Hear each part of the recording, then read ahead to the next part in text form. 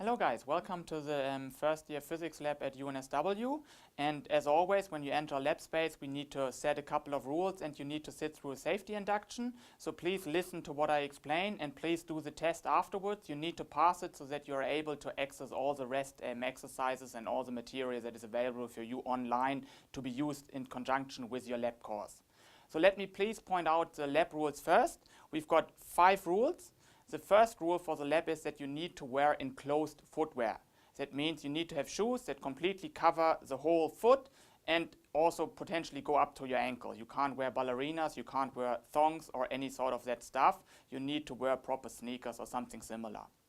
The second rule that applies to the lab space, if any spills, the only liquid we use in the lab is water. If any spills of water occur, you please go over to the sink, get some paper towels and mop up the water spills immediately. You can't do it after the experiment is finished, and you definitely can't leave it like this and just leave the lab space.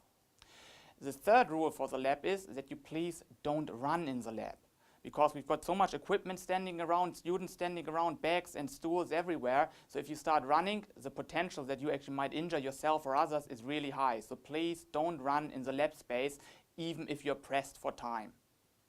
The fourth rule that applies to the lab space is you can't drink or eat inside the lab, because it's officially qualified as a lab, even so we don't have any toxic chemicals or something like that. You please still can't eat or drink, because in any lab space you shouldn't drink or eat. So if you want to have a sip of water or something like that, please take your bag, including your water bottle, take it outside the lab space, drink something, put it back into your bag, and then please come back into the lab. So please don't do that inside the lab. And the fifth and last rule is that you please should use the bag space provided for you underneath the desk to actually store your bags safely, because if you just drop them on the floor, due to the fact that there is not a lot of space between the desks, people might actually trip or fall. So please put your bags away.